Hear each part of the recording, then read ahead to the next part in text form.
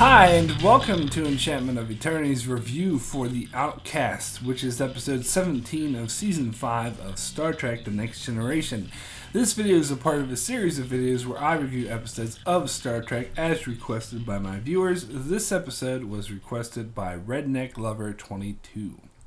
So the Outcast is the episode where the Enterprise work with an androgynous race of aliens known as the Janai to rescue a missing team of scientists. While doing so, Riker grows close to a Janai named Soaring, who eventually reveals that she identifies as a female and is in love with Riker, but such feelings are stigmatized by the Janai.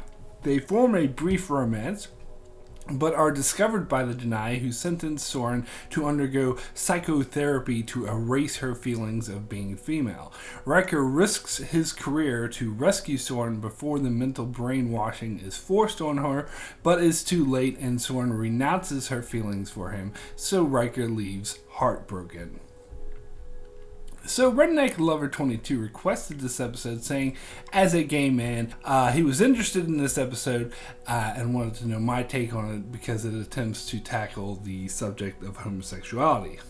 As the events in this episode occur, were obviously a metaphor for the discrimination homosexuals face in modern society, as Soaring describes those who identify with the gender being picked on and beaten by the other children, and overall discriminated against. And the speech Soaring gives at her hearing about those who identify with the gender as being no different than anyone else does seem to speak volumes on the issue of homosexual discrimination, which is still relevant and important topic today.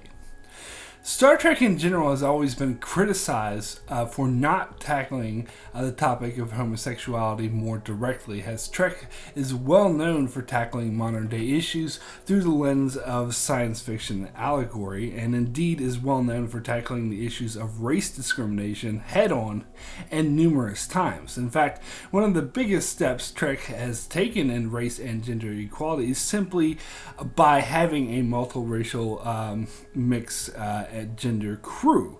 Particularly in the 60s, the simple fact of having an Asian officer and a black female officer working on the bridge and treated as equal to the white characters was a huge statement. And even in the mid-90s, having Captain Janeway be the central figure and captain of the Starfleet ship Voyager was also a giant symbolic step in gender equality, as a meaningful reputation in the media is very important. And in this sense, Star Trek has historically failed, as very rarely they very rarely represent same-sex couples, and they're very rarely depicted on the show, and so thus they don't normalize this. As such, many view this episode's attempt to tackle the subject of homosexual discrimination as a cop-out or as half-assed. In fact, producer Rick Berman has expressed dismay at the reaction, as he felt this was a powerful statement against homosexual discrimination and was surprised by the negative reaction this episode received from the LGBT community. But in fact, several other Star Trek producers admitted that depicting a same-sex couple at this point in the early 90s would have been hard for mainstream audiences to accept, and thus many ideas to do so were ultimately rejected. In fact, Jonathan Frakes vocally disagreed with the decision to have Soaring played by a female, as he felt if a male played Soaring, and thus having several male-on-male kiss scenes would have made the intended commentary on homosexual discrimination more powerful and relevant. But when you think about the story of this episode, having Soaring played by a male doesn't really make empirical sense, as the whole point is that Soaring identifies as a female.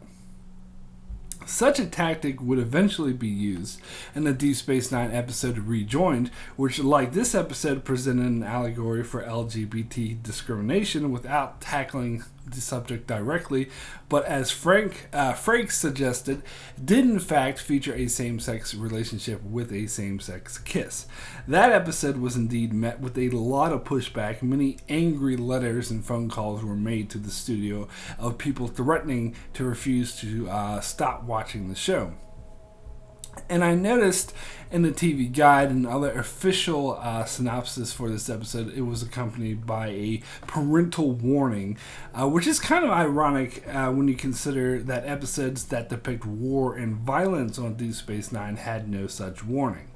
And frankly, I do think Rejoined is a much better example of Star Trek tackling the issue of same-sex relationships and discrimination, partly because they actually depicted a same-sex relationship on screen, and partly because it was simply a more interesting and better done episode.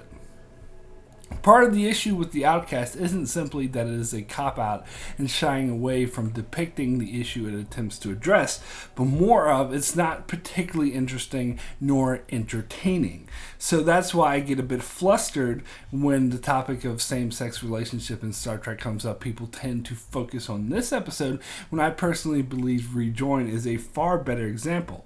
But perhaps the fact that this episode fails where Rejoin succeeded is part of the reason on why it is focused on more, because it brings up the discussion on how Star Trek trailblazed and took risks to speak out against racial and gender discrimination, but its approach to homosexual discrimination was a lot more, shall we say, cautious.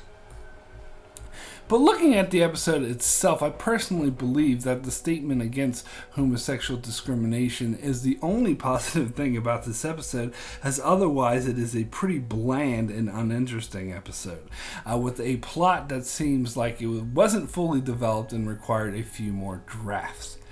Too much screen time is spent on this useless side plot of Riker and Soaring attempting to rescue the Janai scientists from the null space thingy, which so very obviously was just a plot device to bring these two together, and thus we ultimately never really cared about it, so the stakes of Riker and Soaring risking their lives to save the other scientists felt fake, and we were never really invested nor concerned for them.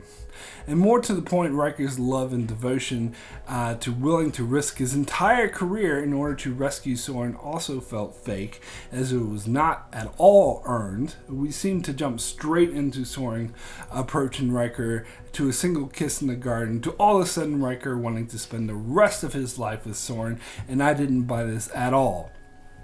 Particularly given how easy Riker is to go into and out of relationship to relationship. In fact, the scene where Riker approached Troy about his relationship with Soaring and checking to see if she was okay with it felt really, really awkward. I got the feeling from watching this scene that the actors weren't comfortable with this scene nor the dialogue, which is understandable considering how poorly it was written, and it was all too obvious the writers were trying but failing to give Riker's relationship with Soaring more meaning. One thing I did like is the scene where Worf volunteers to help Riker in his unauthorized rescue attempt of Soaring. It really helped to build their relationship between these two in particular and showed how close that they actually were. But the rescue attempt in itself and the stakes of Riker risking his career also felt really fake and forced, and I was never really concerned for him at all. And far too much of this episode's runtime is spent on boring exposition of the Janai's genderless nature that doesn't really add anything to the episode and just seems like a sloppy way for the writers to dump exposition on the audience. And although, as I said, I appreciated the commentary on homosexual discrimination, even that wasn't handled very well, and often the analogy falls apart or doesn't seem to hold up to our current situation. Such as, although there is a lot of homosexual discrimination, they are not arrested and forced to undergo mental therapy. Although this may have been a bit more relevant in the past, but the psychotherapy itself seems like it's attempting to be analogous to the so-called gay conversion therapy, and this analogy falls apart considering that gay conversion therapy is a joke and widely viewed by any legitimate scholarly body as such. And the fact that the psychotherapy in this episode is actually effective also means that the analogy falls apart, as the only seemingly successful examples of gay conversion therapy are decidedly a placebo effect, helped by those who are convinced being homosexual is wrong. Mostly they feel this way through discrimination and being bullied into wanting to deny their true nature. An analogy that doesn't hold here because Soaring very clearly doesn't want to be changed, and she doesn't deny her true nature. So I ultimately wonder what they're actually trying to say in some cases. But ultimately, I think I have to accept that this is simply a poorly thought out analogy, and like this episode overall, was just sloppily written. So my rating for the Outcast out of 10 is a 4 poor. I'll pat this episode on the head and say, nice try, better luck next time. A for effort. As it is admirable that Star Trek at least attempted to tackle the issue of homosexual discrimination and didn't shy away from it completely. However, the half-assed manner in which it did it, particularly when compared to how bold they were when making statements about gender and race discrimination, is also noteworthy. And as an episode itself, it's simply dull and boring, with a useless subplot, lots of unnecessary exposition dumps, and character changes that are poorly executed and not at all earned, making this not a particularly noteworthy episode of the Star Trek catalog.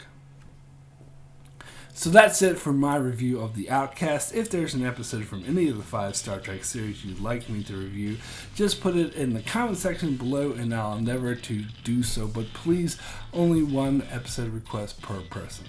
And be sure to check out my channel for many more Star Trek videos, as well as many other videos on shows like Game of Thrones, Dark Matter, Orphan Black, and more. So be sure to subscribe so you can keep up with all that.